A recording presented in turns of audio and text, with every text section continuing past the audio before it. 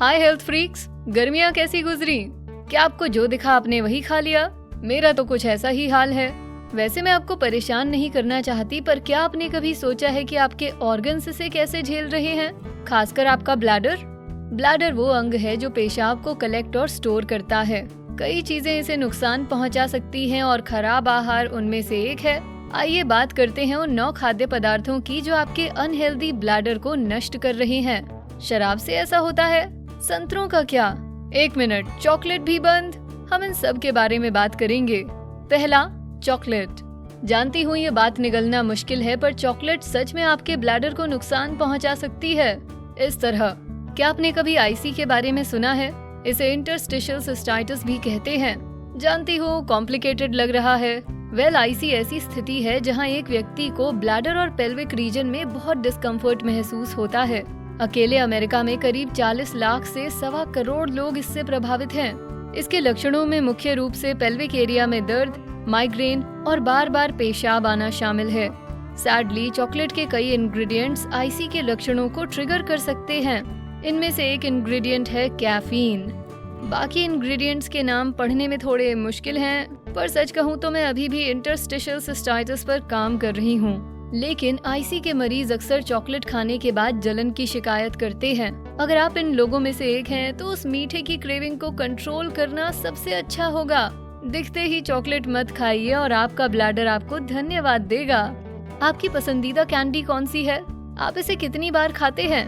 Comments में बताएं और बेस्टी कम्युनिटी के साथ बातचीत शुरू करें। दूसरा, ब्रेड। मतलब अब सैंडविच भी नहीं खा सकते?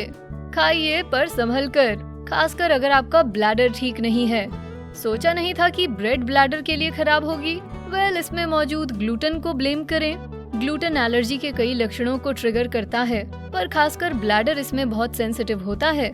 हम जब ब्रेड खाते हैं तो ग्लूटेन शरीर की म्यूकस मेम्ब्रेन्स को परेशान करता है। इसमें ब्लैडर लाइनिंग के साथ लगी मेम्ब्रेन्स भी शामिल हैं, जिससे जलन हो सकती है। ग्लूटेन यूरिनरी ट्रैक्ट इन्फेक्शन के लक्षण को भी बढ़ा सकता है। अध्ययनों से पता चला है कि लगभग 12% आईसी के मरीजों को सीलियाक डिजीज भी होती है। सीलियाक डिजीज एक ऑटो इम्यून डिसऑर्डर है जो ग्लूटेन खाने से ट्रिगर हो सकता है। अगर आप ग्लूटेन खाते हैं और आईसी के जलन के लक्षणों का अनुभव करते हैं, तो इसे खाना छोड़ दें। लेकिन अगर आपको फिर भी ब्रेड खानी है तो साबुत अनाज वाली चुनें। साबुत अनाज में अच्छा फाइबर और पोषक तत्व होते हैं जो आपकी आंतों को संतुष्ट करेंगे।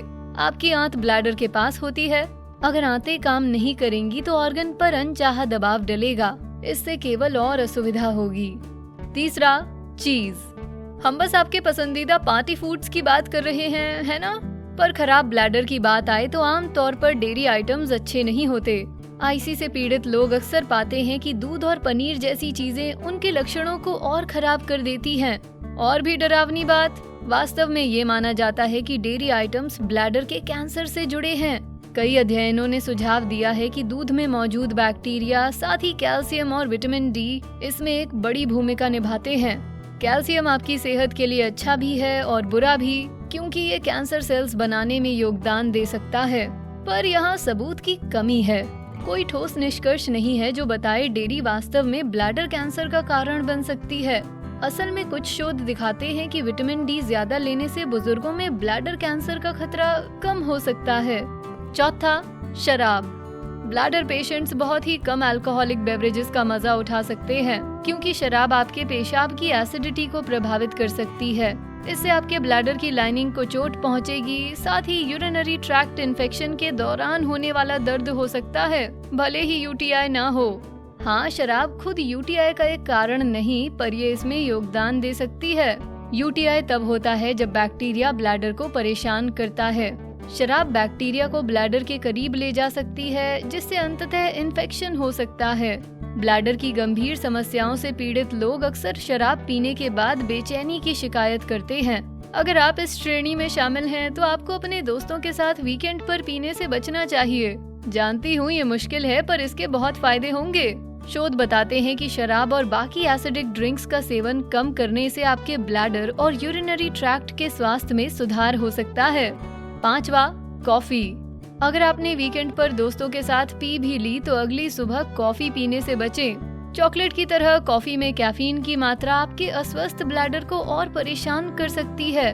अगर आप बहुत कॉफी पीते हैं तो रात में बार बार टॉयलेट जाने के लिए उठने पर चौंकिएगा नहीं। कैफीन से ब्लैडर एक्टिविटी बढ़ जाती है। ये डायूरेटिक की तरह काम करता है, जिससे पेल्विक और यूरिथ्रा की मांसपेशियां रिलैक्स होती हैं और आपको बार बार पेशाब आता है। जब आपका ब्लैडर आसानी से परेशान होने लगे तो समझ जाइए कि आप बहुत कॉफी पी रहे हैं। लेकिन अच्छी बात यह है कि आपको तुरंत कॉफी छोड़ने की कोई जरूरत नहीं। अगर आपका ब्लैडर खराब स्थिति में नहीं है तो आप अभी भी कॉफी का मजा उठा सकते हैं। बस कोशिश करें कि आप दिन में 2 कप से ज्यादा कॉफी ना लें। छठा, संतरे का रस और अन्य खट्टे पेय। जब कॉफी और शराब आपके ब्लैडर के लिए अच्छी नहीं, तो ये एंट्री आपके लिए बिल्कुल सरप्राइजिंग नहीं होनी चाहिए। ज्यादा सिट्रस वाले फल वास्तव में आपके ब्लैडर में जलन पैदा कर सकते हैं। संतरे का जूस पीने से आपको ज्यादा पेशाब आएगा। ऐसा इसमें पाए जाने वाले एसिड के कारण होता है। अगर आपको यूरिनरी ट्रैक्ट इन्फेक्शन है तो संतरे का जूस काफी खतरनाक हो सकता है। इससे ब्लैडर को और नुकसान पहुंचेगा और दर्द भी बढ़ेगा। अगर आपको संतरे से दिक्कत हो तो आपको ग्रेप फ्रूट, नींबू और मौसमी जैसी चीजों से भी बचना चाहिए। ब्लैडर में परेशानी बढ़ाने के अलावा ग्रेप फ्रूट का रस कुछ दवाओं के काम में भी दखल देता है। अगर ये आपकी नियमित डाइट का हिस्सा है तो किसी भी तरह की दवा लेने से पहले डॉक्टर से बात जरूर करें। ब्लैडर के सिम्टम्स बदतर हो रहे हैं तो खट्टे फलों से दूर रहिए, आपको फर्क दिखेगा। असल में कुछ दिनों के लिए फ्रूट जूस ही ना पिए तो बेहतर होगा। 7वां, सोडा। इस लिस्ट में हम इतनी ड्रिंक्स की बात कर रहे हैं, लगता है आपको अब सिर्फ पानी ही पीना पड़ेगा। जानती हूँ गर्मियों में ठंडी फिजी ड्रिंक एक जरूरत सी लगती है, लेकिन सोडा ब्लैडर के लिए अच्छी चीज नहीं। कोक के सिर्फ एक कैन में लगभग 30 ग्राम चीनी होती है। अब ये भी जान लीजिए कि पुरुषों को प्रतिदिन 36 ग्राम से ज्यादा एडेड शुगर नहीं लेनी चाहिए और महिलाओं को 25 ग्राम से ज्यादा नहीं। कोक जैसी फिजी ड्रिंक्स की चीनी बैक्टीरिया की ग्रोथ को बढ़ाती है। इससे यूरिनरी ट्रैक्ट इन्फेक्शन बदतर हो सकता है। सोडा के कार्बोनेशन से डिस्कम्फर्ट भी बढ़ता है। इससे आपके पाचन तंत्र में गैस का प्रोडक्शन बढ़ेगा। ये आपके ब्लैडर पर और अनचाहा दबाव डालेगा। और सभी डाइट कोक पीने वाले भी सुन लें, आप खतरे से बाहर नहीं। आर्टिफिशियल स्वीटनर जैसी चीजें भी ब्लैडर के लक्षणों को खराब कर देती हैं। आप भी अभी से पानी पीना शुरू कर दीजिए। 8वां, मसाले। क्या आप डिनर में हॉट विंग्स खाने की सोच रहे थे या अपनी डिश में थोड़ा और मसाला मिलाना चाहते थे? अगर आपके पेल्विक एरिया में दर्द है तो ऐसा बिल्कुल ना करें। मसाला इस एरिया में बेचैनी और बढ़ा देगा। जानती हूँ कुछ मसालेदार खाने के बाद मुंह में होने वाली जलन आपको बहुत पसंद है, पर आपका ब्लैडर जो महसूस कर रहा है उसकी तुलना में ये कुछ भी नहीं। हैलोपिनो पेपर और हैबनेरोस जैसे तीखे खाद्य पदार्थ ब्लैडर की सूजन को बढ़ा देंगे, जिससे आपको बहुत जलन होगी और दर्द भी।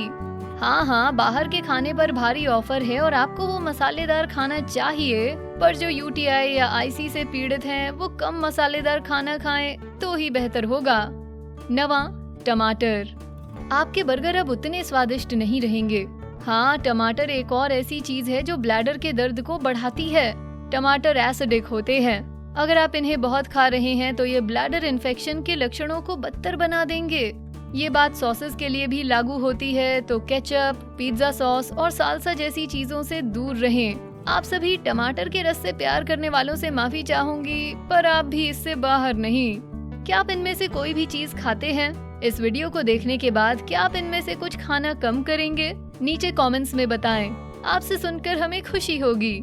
वीडियो पसंद आया तो इसे लाइक, शेयर करें, साथ ही बेस्टी को सब्सक्राइब करें। Thanks for watching.